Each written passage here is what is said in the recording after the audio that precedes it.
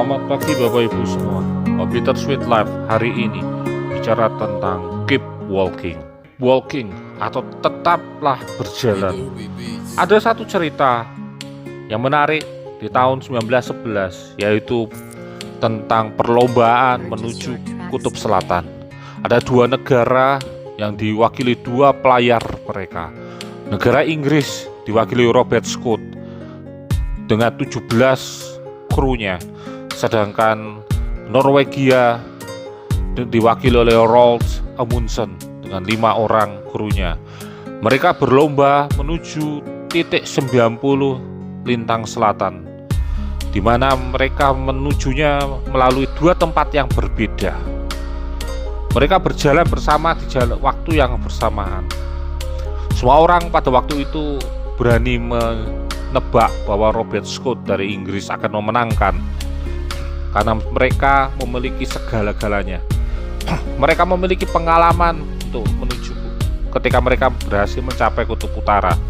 Mereka juga berpengalaman dalam pelayaran menuju bagian dunia di tempat lain. Semua orang mengatakan Roald Amundsen tidak akan mencapai kutub selatan. Pada hari itu, pada tahun itu, Roald Amundsen membuktikan dia membutuhkan 56 hari untuk mencapai titik kutub selatan itu. 35 hari kemudian Robert Scott baru datang. Lalu Roald Amundsen bisa kembali lagi ke Norwegia, sedangkan Robert Scott tidak pernah kembali lagi ke Inggris. Semua krunya termasuk Robert Scott itu mati dalam perjalanan pulang. Ada satu cerita menarik, mengapa Roald Amundsen bisa menang, mengapa Roald Amundsen bisa unggul. Ada satu kunci yang menjadi satu kekuatan dari Roald Amundsen, yaitu keep walking. Roald Amundsen tidak menunggu badai itu berhenti. Kutub Selatan adalah kutub di daerah daerah yang tertutup dengan salju dan dipenuhi oleh badai. Roald Amundsen tahu jika dia menunggu badai, dia menghadapi masalah dengan logistik dan ketahanan tubuh. Karena itu dia tidak menunggu badai itu selesai. Dia tetap berjalan dalam badai. Dia hanya istirahat di waktu malam. Berbeda dengan Robert Scott, dia tetap menunggu badai itu berhenti, baru dia berjalan. Kadang badai itu bisa 3 hari, bisa 1 hari, bahkan bisa seminggu, dan dia berhenti lama. Dia menghadapi dua masalah, yaitu kehabisan logistik dan yang kedua hipotermia. Robert Scott tidak pernah kembali lagi ke Inggris, sedangkan Roald Amundsen dia kembali ke Norwegia dengan satu catatan rekor yang selalu diingat orang. Bapak Ibu semua, perjalanan Kutub Selatan seperti perjalanan kehidupan kita.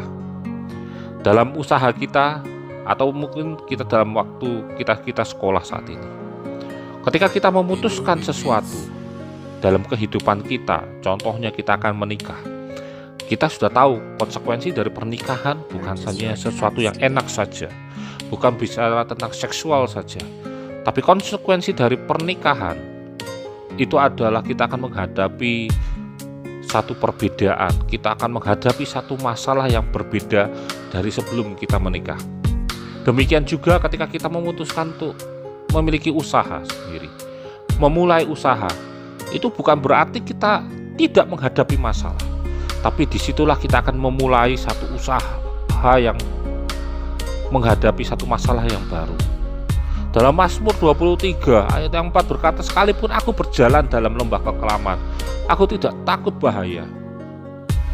Bapak Ibu semua, kalau kita lihat sepotong ayat ini saja, itu menyatakan dan menggambarkan bahwa bukan lembah kekelaman itu yang menjadi fokus kita, bukan lembah kekelaman itu yang menjadi alasan kita, bukan lembah kekelaman itu yang harusnya kita takuti, tapi yang harus kita cermati adalah apa yang kita miliki untuk melewati lembah kekelaman tersebut. Ayat selanjutnya, di kalimat selanjutnya berkata, gadamu dan tongkatmu itulah yang menghibur aku. Gada dan tongkat Tuhan itu yang memberikan penjaminan sehingga orang yang akan melewati lembah kekelaman itu merasa terhibur, kan ada jaminan Tuhan, ada satu perlindungan Tuhan. Lembah kekelaman, gambaran tentang kehidupan kita. Bukan lembah kekelaman itu yang menjadi ketakutan kita. Yang menjadi ketakutan kita adalah ketika Tuhan meninggalkan kita, itu yang paling penting. Lembah kekelaman bukan menjadi alasan kita untuk berhenti, tapi lembah kekelaman itu menjadi satu area yang bagi kita itu seperti jalan lurus. Lembah kekelaman bagi kita menjadi seperti jalan yang tidak ada masalah dengan seperti jalan yang lain. Tidak ada bedanya lembah kekelaman maupun satu lembah yang lain. Tapi yang menjadi pembeda adalah ketika kita membawa Yesus atau tidak dalam kehidupan kita. Karena itu Bapak Ibu, Tuhan adalah gembala kita. Dia yang menjamin tidak akan kekurangan kita. Dia yang membaringkan kita dalam padang rumput yang hijau. Dia yang membimbing kita ke air yang tenang. Dia yang menyegarkan jiwa kita. Dia akan menuntun kita ke jalan yang benar oleh karena namanya. Dan kita tidak akan takut dalam kehidupan kita karena Yesus berserta kita. Percayalah dan mintalah Tuhan hadir dalam kehidupan kita. Tuhan memberkati kita.